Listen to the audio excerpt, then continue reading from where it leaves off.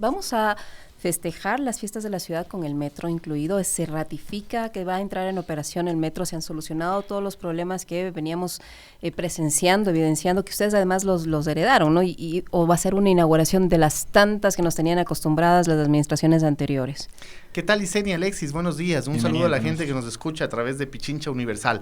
A ver, la primera gran noticia que tenemos es que han terminado con una semana de anticipación lo que se denominan pruebas a la terminación por parte del constructor y hemos iniciado la marcha en blanco, lo cual nos da la certeza de que a partir del 1 de diciembre las quiteñas y los quiteños podrán disfrutar del sistema de electromovilidad más moderno de América Latina. Evidentemente, en estos más de 100 días de trabajo en términos de días laborables, han existido una serie de temas que corregir y que vale que la gente lo conozca. Cuando nosotros llegamos, el operador, por ejemplo, se encontraba impago desde el mes de enero, febrero, marzo, abril y mayo. No había un proceso claro de qué es lo que va a suceder. Nosotros hemos logrado renegociar ese contrato, hemos logrado caminar y mejorar esas líneas que existían grises, convertirlas en blancos y negros, de tal manera que sea un instrumento que permita facilidades tanto para el operador como para nosotros que somos la empresa Metro de Quito. Adicionalmente a eso, en el sistema de recaudo no se había considerado, por ejemplo, una tarjeta ciudad, cuando el 50% de gente en Quito es gente no bancarizada. Entonces fue idea del alcalde Pavel Muñoz el considerar una tarjeta ciudad y hemos puesto todo el esfuerzo y trabajo para que esa tarjeta ciudad llegue a ser una realidad. Para eso se ha unido la empresa privada, se ha unido la labor del municipio y por supuesto lo que venimos haciendo. En términos de mantenimientos no estaban contratados ni mantenimientos de corto plazo ni mantenimientos de largo plazo. No existía, digamos, no estaban amalgamados los cronogramas, no existía una coherencia entre los cronogramas. El cronograma del operador decía que iniciará operaciones en el mes de junio, pero que tendrá como elemento sine qua non la entrega del sistema integrado de recaudo, mientras que si usted revisaba el otro cronograma, decía el sistema de recaudo se le entregará a la ciudad en el mes de noviembre. Entonces simplemente había inconsistencia en los cronogramas. Entonces han sido una serie de elementos que nos ha tocado solucionar, temas de seguridad, protocolos, permisos de funcionamiento de los bomberos y una serie de elementos que al momento podemos decir están listos y estamos en lo que se denomina marcha en blanco. ¿En qué consiste la marcha en blanco? Una operación simulada sin pasajeros. Economista, qué gusto tenerle acá, buenos días. A ver, la entrega de la tarjeta, entiendo que va a ser gratuita, pero hay un procedimiento. Y después nos va a explicar cómo va a operar esa tarjeta, que me imagino es recargable, pero ¿cómo va a ser el proceso para la entrega? A ver, aquí tenemos que explicar todo el sistema integrado de recaudo. El primer tema a tener en cuenta es que la gente debe abrir ya en estos días, está disponible desde hace 3 semanas la oportunidad de que puedan abrir su cuenta ciudad. ¿Cómo lo hacemos? A través de las estaciones. Si queremos hacerlo físicamente, está habilitado Labrador, está habilitado Quitumbe, está habilitado la estación de San Francisco y está habilitada también la estación de Naciones Unidas. O sea, físicamente el usuario puede acercarse a estas estaciones. Exactamente, 4 estaciones en donde el usuario se acerca y habilita su cuenta ciudad y también su cédula de ciudadanía, que es uno de los medios de pago que vamos a tener. Y ahora sí entramos a hablar de los medios de pago. Una vez que usted tiene una cuenta ciudad, usted va a poder administrar medios de pago. ¿Cuántos? 4 medios de pago al 1 de diciembre. Estos van a ser una tarjeta ciudad, que es una tarjeta que le va a permitir acercar a los validadores de inmediatamente se abre, no hay diferencia en segundos. Ese es el modelo de la tarjeta. Este es el modelo de la tarjeta. El escudo de la ciudad. Exactamente, el modelo de la tarjeta tiene una institución financiera que lo patrocina, tanto a nivel bancario como a nivel de tarjetas de crédito, y esta le va a permitir realizar transacciones con el Metro de Quito. Entonces, a partir del 1 de diciembre, usted carga un saldo que va a tener en su cuenta, esta cuenta ciudad que ya la abrió, y puede utilizar cédula de ciudadanía, puede utilizar siempre que esta esté validada, hay que validarla a la cédula. Tenemos la ¿Esa validación ciudad, también se hace en las estaciones? En las estaciones. Directamente cuando usted abre su cuenta le ayudan validando la cédula. Entonces usted puede utilizarla ya como una tarjeta más de Metro, es decir, usted entra con la cédula y se abre. ¿Qué debe llevar el usuario para abrir su cuenta ciudad y para obtener o la tarjeta o validar su cédula? Digamos, En este momento lo que está sucediendo es que la gente puede abrir su cuenta ciudad y validar su cédula. Esos dos elementos los hace a la par. Lo único que necesita es llevar la cédula físicamente y va a poder validar la cédula y va a poder abrir su cuenta ciudad. A partir del 18 de noviembre, que es lo que nos decía Alexis, vamos a empezar la entrega de las tarjetas ciudad. La tarjeta ciudad, como ustedes pueden ver, es un sustituto de la cédula de alguna manera. ¿Por qué? Porque usted puede entrar al metro con cédula, con tarjeta ciudad, con QR físico o con QR electrónico directamente desde su teléfono móvil. Pero a la larga usted lo que va a tener es 4 medios de pago diferentes. Entonces, a partir del 18 de noviembre estarán habilitadas las mismas estaciones para que la gente pueda acercarse, retirar la tarjeta ciudad, a la que el único requisito, como decía Alexis, es gratuita, pero el único requisito es que carguen saldo mínimo. ¿Cuál es el saldo mínimo? $3. ¿Por qué? Porque ¿cuál es el objetivo? El objetivo no es que la tarjeta ciudad sea un souvenir para los ciudadanos, es que en la práctica les habilite el ingreso a las distintas estaciones y el 1 de diciembre no tener largas filas esperando para obtener un código QR físico que le permite el acceso. Entonces, la gente que ha planificado podrá acceder a partir del 1 de diciembre con la cédula de ciudadanía, con la tarjeta ciudad, porque ya ha cargado saldo. Quien no ha planificado, de hecho, van a estar abiertas las taquillas en las diferentes estaciones para que igualmente pueda comprar un billete y acceder al metro, un billete de metro me refiero, un ticket de metro y acceder al metro, y también podrá hacerlo a través de máquinas de ATM como ocurre a nivel internacional, es decir, usted va a esa especie de cajeros automáticos, pero que sirven solamente para entregar tickets de como pasa en los metro. parqueaderos. Exactamente, entonces usted va, ahí sí tiene que llevar los 45 centavos exactos, porque no da vuelto la máquina, lleva los 45 centavos e igualmente ingresa. Entonces tiene habilitadas los 4 medios de pago electrónicos y a partir del 25 de noviembre, esta es otra fecha importante, el 18 empieza la entrega de tarjetas, pero a partir del 25 usted va a poder cargar saldo en sus cuentas ciudad, va a poder hacerlo tanto de manera física en nuestras estaciones como a través del sistema financiero. Entonces va el banco que está trabajando con nosotros ahora, habilita la posibilidad de que se cargue. ¿Es el único banco? No, porque no hemos firmado contrato de exclusividad. De hecho, hay otras instituciones que ya están ingresando para distribución inclusive y venta en lo posterior de tarjetas, porque si bien es cierto, las primeras tarjetas serán gratuitas, después van a haber venta de tarjetas y para eso se está habilitando ya una cadena de supermercados, una cadena de farmacias, es decir, existe una serie de empresas de la parte privada que se están sumando al potencial que va a tener el metro a partir del 1 de diciembre. A partir del 1 de diciembre es una fecha que sin duda se va a volver histórica para la ciudad, pero lamentablemente ocurre en un proceso de retroceso, digámoslo así, en el país, porque estamos viviendo una época de racionamientos eléctricos después de 14 años. Ya creo que muchos jóvenes posiblemente van a experimentar esto. Tal vez nosotros sí recordamos la época en que vivimos los racionamientos, pero nos acostumbramos, como decía en su momento alguien de algún gobierno anterior, que nos acostumbramos a tener servicios ágiles, que es nuestra culpa, Sebastián ¿no? Corral, de hecho. Exacto, sí.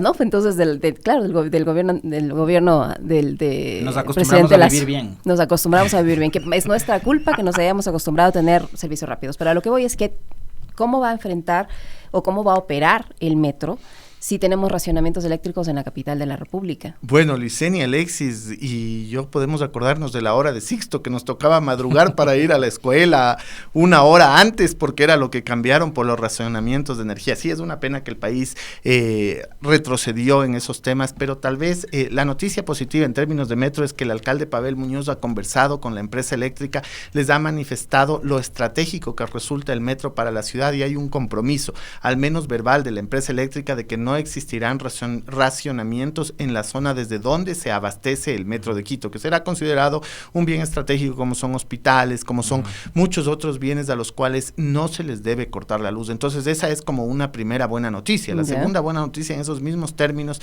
es que el metro operará 17 horas diarias en términos comerciales con 16 trenes, 8 norte-sur, 8 sur-norte, distancia entre tren y tren 4 minutos y medio más o menos para un recorrido de 32 minutos y finalmente las 15 estaciones habilitadas, es decir, es una operación comercial plena. que no ha ocurrido hasta ahora en la historia del Ecuador, como usted decía, es la primera vez, Licenia, que se pone en funcionamiento, en operación plena, un sistema con estas características, con las características de un sistema de electromovilidad, como el que funciona o funcionará en Quito a partir del 1 de diciembre. De hecho, ya hay ecos a nivel internacional. Por ejemplo, la CAF el día de ayer, por el Día de las Ciudades, manifestaba que da la bienvenida al metro de Quito a partir del 1 de diciembre con sus operaciones comerciales.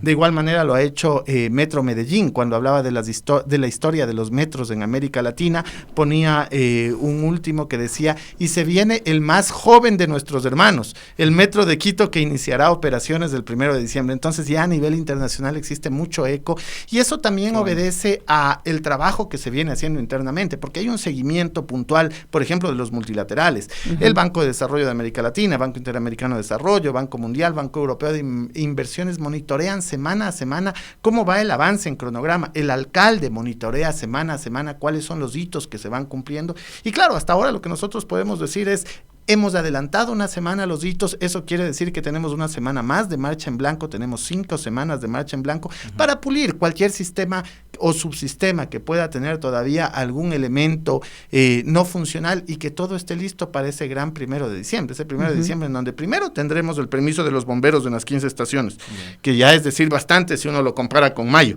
Claro. Después de eso vamos a tener protocolos de seguridad, al menos 10 protocolos de seguridad. Hemos trabajado de la mano de Ministerio de Defensa, Ministerio del Interior, ECU 911, Secretaría de Movilidad, Secretaría de Seguridad del municipio de Quito.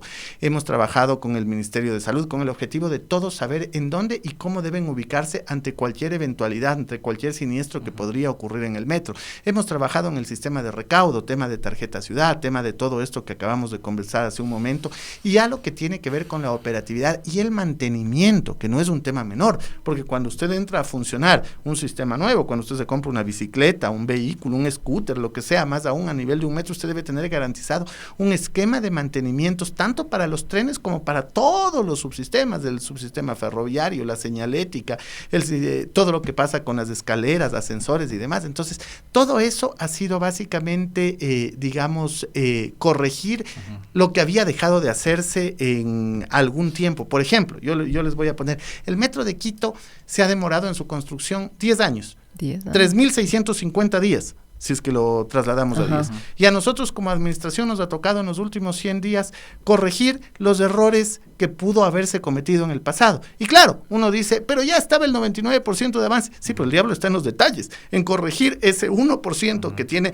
los errores que se han pateado hasta el final, como se dice normalmente. Pero se dedicaron a trabajar, pues, de corregir los errores, no estar señalando todos los días a los culpables, perdiendo el tiempo en los medios de comunicación, diciendo, esto es culpa de Rodas, esto es culpa de Yunda, esto es culpa de Guarderas. Efectivamente, y actualmente lo que tenemos es una ciudad que en 10 años, Alexis y Licenia, esto es importante, en 10 años soñó, planificó, hizo los estudios, buscó financiamiento, licitó, encontró el financiamiento, construyó, y a partir del 1 de diciembre operará el metro. Y somos la envidia de otras ciudades vecinas, por ejemplo Bogotá lleva desde 1990. Están en estudios todavía. Exacto. Tratando de empezar la primera fase, ¿no? Y tienen con el negociaciones 10% de avance de obra, y a veces no somos orgullosos de lo que tenemos como ecuatorianos, como quiteños. Nosotros sí queremos que la gente pueda vivir bien y pueda sentirse bien de recibir servicios eficientes y rápidos. Pero a ver, recorrido, ¿cómo va a ser? En ese tema, hablando de los 10 años, lo que ha tomado el Metro de Quito, y no es por ser malagüero, pero creo que son temas sobre los cuales hay que hablar. 10 años, no estaba previsto que se construya en 10 años, y el que se haya tardado 10 años en construirse también significa que la ciudad ha tenido que cubrir y correr con pérdidas económicas. Una de las grandes dudas y una de las grandes objeciones que siempre tuvo el Metro de Quito era el hecho de si es que este proyecto iba a ser sostenible y sustentable. Con el costo del pasaje, con el número de usuarios que ustedes prevén tener por día, ¿se va a cubrir los costos de mantenimiento? Voy a contestar primero la pregunta de Licenia. No, mentira. No. A ver, seamos sinceros. Aquí lo primero que tenemos que hacer es revisar qué pasa a nivel internacional. Y si uno analiza a nivel internacional, lo que tenemos es que todos los metros en términos de tarifa o todos los sistemas subterráneos en términos de tarifa terminan siendo de alguna manera deficitarios. Y ahí existen una serie de elementos que le ayuda a llegar al punto de equilibrio. ¿Cuáles son esos elementos? Y me refiero al punto de equilibrio en términos de ingreso y gasto corriente, porque el costo, ese 2% del Producto Interno Bruto, para que vean, para que un poco la gente se haga dimensión de lo que ha costado el metro, este año la economía no crecerá al 2%. No. Es decir, no habrá un aumento del 2% del PIB. Bueno, el metro le costó al país 2 puntos porcentuales del Producto Interno Bruto, $2,000 millones en términos gruesos. Pero entonces, ¿qué es lo que vamos a hacer? A ver, nosotros tenemos proyectado una demanda de hasta 400,000 pasajeros al 2028. La demanda irá creciendo paso a paso y voy a unir las dos preguntas de ahí. Entonces, la idea es que en principio nosotros trabajemos en las 15 estaciones, sobre todo en las 5 con multimodalidad física, de tal manera que todavía no tengamos la tarifa multimodal, los 60 centavos, sino que habrá los 45 centavos de la tarifa del metro, mientras solucionamos todos los temas y mientras la gente se acostumbra a utilizar el metro. Una vez que la gente sepa cómo utilizar, cómo cambiarse de un andén a otro, cómo modificar entradas, salidas, qué hago, cuáles son los diferentes bocatúneles que tengo para acceder a las distintas estaciones, entonces trabajaremos en una segunda fase en lo que implica la intermodalidad y el pasaje unificado. Esto quedará para el 2024.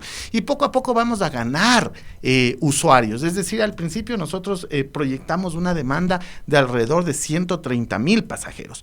Y después, hasta el 2028, se podrá alcanzar la demanda de 400,000 pasajeros. Eso deja un déficit, y esto es importante en la pregunta que decía Alexis, un déficit entre gastos e ingresos, es decir, los gastos superan a los ingresos.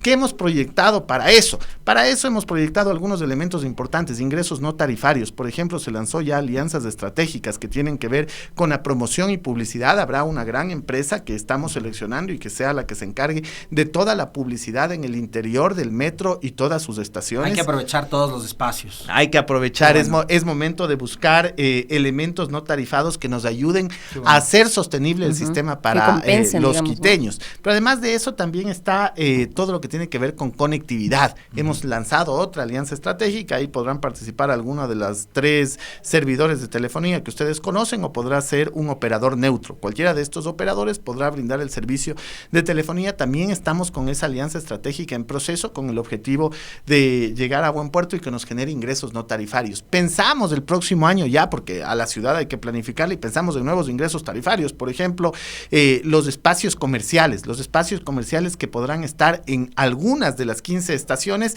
Planificamos un centro comercial muy grande que tenga un parqueadero de cercanías en el Labrador. Entonces la gente que está en el norte pueda acceder a ese parqueadero de cercanías y a través de ese parqueadero de cercanías utilizar el metro que irá desde Labrador hasta Quitumbe. 15 estaciones, más o menos la diferencia entre estación y estación es de 2 minutos y medio que le toma al tren. Por eso estamos hablando de unos 34 minutos de recorrido. Digo más o menos 34 minutos porque en las pruebas a la terminación una noticia importante fue que se redujo esos tiempos, que ya no serían 34, probablemente llegaron a ser hasta 30 minutos. Entonces veamos en cuánto queda el recorrido completo. Esto es ya lo que se va haciendo en los procesos de ingeniería y ya en la estructuración. Pero ahí hay entonces ingresos no tarifarios, Alexis, y ahí estamos pensando, como digo, espacios comerciales, todo lo que tiene que ver con conectividad, lo que tiene que ver con promoción y publicidad. Estamos pensando con el metro en superficie. El metro en superficie también va a cambiar el valor de muchos de los predios y ahí es importante que eso nosotros logremos transmitir hacia la municipalidad, que será finalmente la que tome decisiones, pero ahí es importante decir, a ver, esta administración, la administración del alcalde Pavel Muñoz se caracteriza porque tiene al ser humano en el centro de la toma de decisiones políticas, pero la política de ciudad, la política urbana está pensada en 3 grandes ejes, en la política que tiene que ver con el suelo, la política que tiene que ver con vivienda y la política que tiene que ver con movilidad. Y nosotros desde la política de movilidad para el próximo año tenemos planificado varias centralidades que nacen a partir del metro. Pues por ejemplo, una de las centralidades importantes es la que está aquí muy cerca de la radio, que es qué pasa con la estación del Ejido y la estación Universidad Central. Ahí hay la opción de construir corredores seguros en todo lo que es la América, Versalles, Patria, Patria, 12 de octubre, Ventimilla, y caminar a lo que sería una reestructuración del Parque Elegido con una vocación académico-cultural. Entonces, el primer gran cambio que vamos a tener en superficie a partir del metro es esta vocación académico-cultural, y también el alcalde, como buen planificador, piensa ya en la extensión hasta la Ofelia y posteriormente en lo que podría ser una segunda extensión o una segunda línea que sería hacia Carapungo. Entonces, digamos que los procesos de planificación están listos. El 1 de diciembre simplemente el inicio de operaciones del metro, y a partir de todas estas cosas que se van implementando se reduce ese gap, esa diferencia que existe entre ingresos y gastos, y que nos va a permitir en algún momento llegar al equilibrio. Es decir, buscamos que el transporte sea sostenible, pero a la vez buscamos que también los ciudadanos puedan tener un transporte seguro, moderno, eficiente, que reduzca tiempos y que sea accesible a todos los bolsillos. Estamos también viviendo una época de lluvia, se habla también del fenómeno del Niño. ¿Se ha tomado alguna previsión al respecto en el funcionamiento del metro? El tema de que los aguaceros hemos tenido últimamente en la ciudad han sido bastante fuertes. ¿Va o no va a afectar el funcionamiento del metro? Que hay los seguros, además, que también estaban con algún nivel de problemas. ¿Cómo está eso? El metro tiene un sistema en donde fue capaz de identificar qué estaciones serían susceptibles de sufrir en temas de lluvias, y en esas estaciones se han realizado una serie de pruebas, porque nosotros tenemos elementos que permiten succionar el agua y evitar que el agua llegue hacia las estaciones. Bueno, esos elementos han sido probados en cada una de las estaciones que podrían ser susceptibles de este peligro que es inminente, y hasta ahora las pruebas han sido completamente exitosas. No hemos tenido ningún problema de inundación. Tenemos inclusive unas compuertas que podrían abrirse en caso de una lluvia excesiva. Esas compuertas están completamente habilitadas, funcionando, que es importante probar, porque generalmente la gente dice tenemos, y el momento que usted aprieta el botón no funciona la compuerta. Bueno, acá se han probado todas las compuertas para garantizar el tema de que en caso de lluvias extremas el metro esté preparado para evitar inundaciones. El metro es de los puntos más seguros que va a poder tener la ciudadanía. De hecho, para que ustedes conozcan, en algunos otros lugares del mundo en donde están en constante conflicto bélico y tal, los sistemas subterráneos se utilizan como puestos de resguardo para la ciudadanía, por el tipo de seguridad con el que está construido. El metro de Quito no es la excepción. Acordémonos que está construido, o los constructores son europeos, y en ese sentido la ingeniería y todo está diseñada en un concepto que pueda soportar tanto ingentes lluvias como problemas, por ejemplo, de estiaje, inclusive si llegaríamos a tener sismos, erupciones volcánicas. Hay una serie de protocolos que sin duda se van corrigiendo y se van armando para que podamos contar con todos los elementos y para estar listos. Nos vestimos de gala como metro para iniciar ese mes de la quiteñidad que es diciembre y celebrar me planteaban una inquietud la fundación. Que obviamente tengo que trasladarle al que sabe, y es los 200 y pico de miles de pasajeros que a diario se mueven y se movilizan a través del trole. Van a después movilizarse en el metro. ¿Qué va a pasar con el trole? ¿Van a operar de forma simultánea? ¿Cuánto tiempo? ¿Después de cuánto va a salir de operaciones del trole? Este es un tema bien importante porque es proyectar la demanda y proyectar lo que se denomina en economía bienes sustitutos, o en este caso servicios sustitutos. Entonces, ¿qué tan sustituto va a terminar siendo el metro del trole o de la ecovía? Eso lo sabremos en el futuro, eso lo sabremos con los datos estadísticos que vamos a tener a partir del mes de diciembre, porque otra de las ventajas de que el metro funcione es que nos va a generar estadística, y a través de eso, como venimos de la academia, estamos ya pensando en un laboratorio de generación de datos de movilidad que pueda ser lanzado probablemente a mediados del próximo año, para que universidades, centros educativos, para que investigadores puedan realizar los estudios y proyecciones de qué va a ocurrir. Hoy mismo uno tiene proyectado y digamos hemos hecho algunos análisis de sensibilidad trabajando con pasajeros, y creemos que un 30% de la demanda de el trolebús podría eventualmente ocupar la demanda del metro. Veamos qué nos dicen los resultados, porque las proyecciones, y en ese sentido dicen los economistas, proyectan lo que ocurre, lo que va a ocurrir, para después justificarse de por qué no ocurrió. Dicen que ese es el trabajo de los economistas. Entonces, bueno, acá lo que nosotros hemos hecho es proyectar cuál va a ser ese potencial efecto sustitución que va a existir sobre el servicio de transporte, y de ahí tomar algunas medidas de política pública. Eso ya le compete a la Secretaría de Movilidad. Entonces, la gran ventaja es que vamos a tener datos disponibles, saber mapas de calor, en dónde se concentra la gente en determinadas horas, cuáles son las estaciones con más afluencia. De ahí se va a ir modificando inclusive recorridos. Acordémonos que en principio estamos de 5:30 hasta 11:30 de la noche, pero no sé si ese es el horario ideal para los quiteños. Vamos a ajustar esos temas. Algunos eventos que se producen, por ejemplo, pasada la medianoche, seguramente esos días vamos a trabajar con el objetivo de que la gente pueda llegar a partidos de fútbol, conciertos, entre otros temas que se van a producir en el Estadio Olímpico Atahualpa, en el Coliseo Rumiñahui, es decir, en estos, digamos, en estas amenidades que están construidas cerca a las estaciones del metro. Entonces, el metro cambia el modo de movernos, también nos permite accesos rápidos, por ejemplo, a un teatro del que se ha escuchado muy poco, el Capitol. Estamos frente al Capitol con una estación de metro en la Alameda. Entonces, ¿cómo se va a reactivar esas zonas? ¿Cómo se reactiva la cultura? ¿Cómo cambia la convivencia entre ciudadanos? Es decir, ¿cómo el metro llega para transformar? Ya los entendidos en temas urbanos te dicen, hay dos tipos de ciudades, ciudades con metro y ciudades sin metro. Y en las ciudades con metro se modifica el comportamiento ciudadano. Hay una anécdota, por ejemplo, cuando nos reuníamos con la gente de Medellín para el proceso de renegociación del contrato de operación, ellos nos decían, vea, en Medellín es impresionante cómo van gente de 2 equipos de fútbol, van a entrar al metro, nuevamente envuelven su banderita, todos se comportan bien, son ciudadanos, van conversando, conviviendo, salen y cada cual hincha por su equipo, y termina el partido de fútbol y otra vez enrollan su bandera y vuelven al metro, porque al fin del día al metro lo ven como una extensión del domicilio. Yo creo que a eso debemos llegar en Quito, a verle al metro como una extensión de tu casa, y tú no permitirías, o usted señora, señor que nos está escuchando, viendo, no permitiría que en su casa hagan grafitis, que en su casa le ensucien, que en su casa le rayen los asientos, que en su casa no se privilegie a los adultos mayores, a las personas con discapacidad, a las personas en estado de gestación.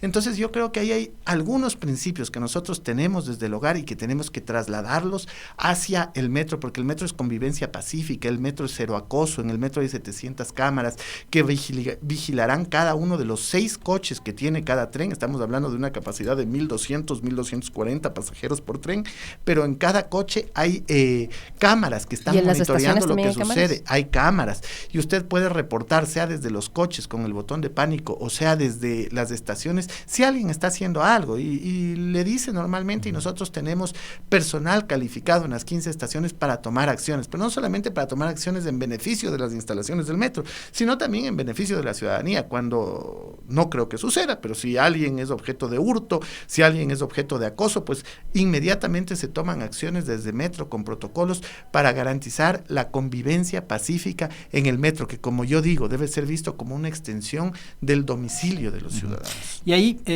una de las veces que conversamos con el economista Villacrés, había algo que de hecho lo habíamos hablado antes en privado incluso, que era una idea que surgía de esta nueva administración, que es tener cultura metro.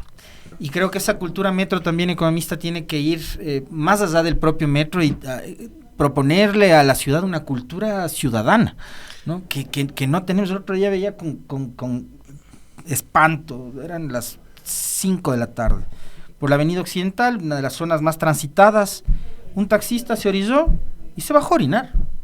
A las 5 de la tarde. A esa hora pasan buses llevando mujeres, niñas, niños, ancianas, ancianos, o sea, de todo por esa zona. El tipo se bajó a orinar a un costado. Entonces, si eso vemos en la cotidianidad, en el día a día, digamos, lo del metro, lo que nos plantea ahora el economista, es súper interesante ver cómo el metro, la extensión de tu propiedad, un reto tu cultural, vehículo de transporte, absoluto, en el que te vas a movilizar todos los días, que quieres verle siempre limpio, siempre lindo, siempre bien. Lo mismo deberíamos alcanzar y querer con la ciudad. Esa cultura metro de la que nos hablaba, nos manifestaba, por ejemplo, de estos puntos que podrían ser incluso encuentros culturales como el Ejido. Hay algunos espacios, bibliotecas y demás, que podrían ser mejor aprovechados.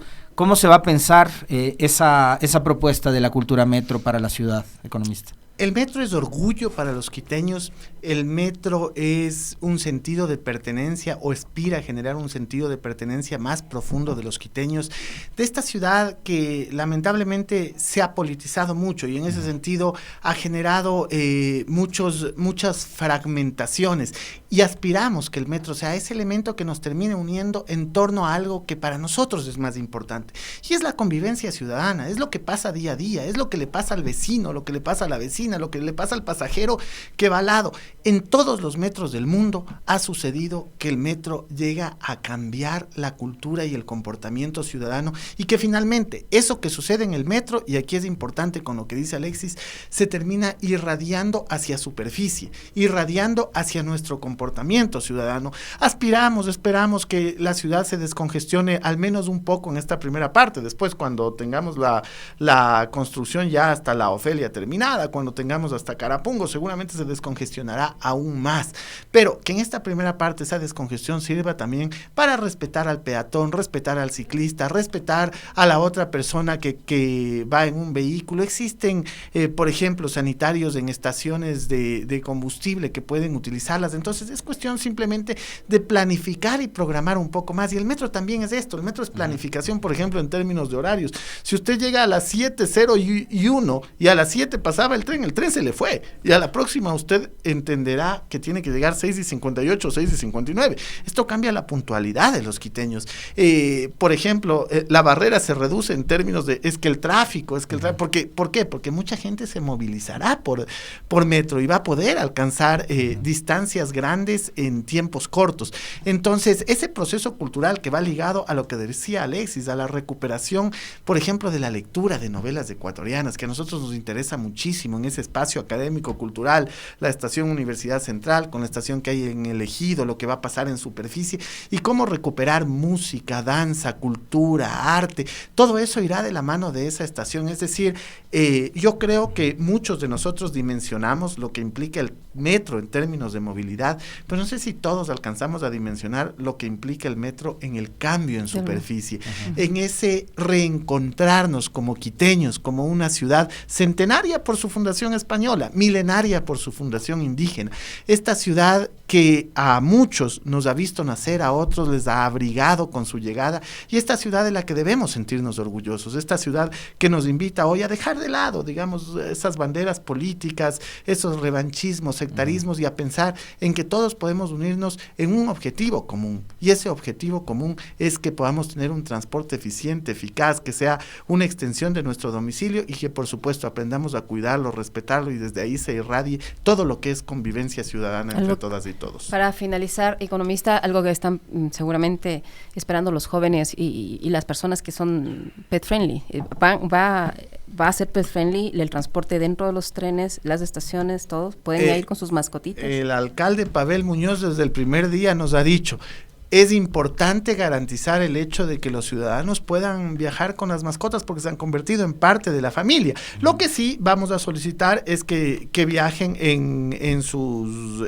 cajitas, en sus canastitos, que es la manera correcta de llevar una mascota en metro. ¿Por qué? Por el riesgo que podría implicar dentro ya de estaciones y dentro de los andenes de metro, lo que podría ocurrir con cualquiera de nuestros mascotas, un perrito, un gatito, que lamentablemente termine en arrieles. Entonces, para evitar esto, lo que necesitamos es que todos le lleven en su debido medio de transporte, una canastita, una cajita, los quenes me parece que le llaman. Entonces, esta oportunidad de que puedan utilizar adecuadamente, pero sí, la noticia importante es que sí va a ser amigable para las mascotas. Si no vas a tener a la uva encima. Exactamente, ahí está. Digamos, es pensado para todos, es pensado por todos, y sin duda alguna las mascotas son parte importante de la familia de las quiteñas y quiteños, y también hemos pensado en ello.